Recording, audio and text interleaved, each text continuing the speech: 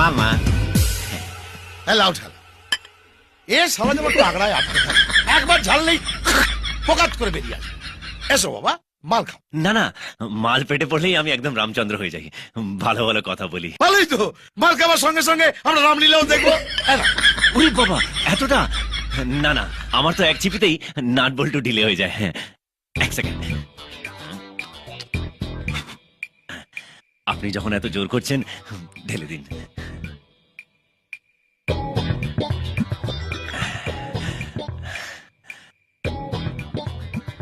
জয় মা।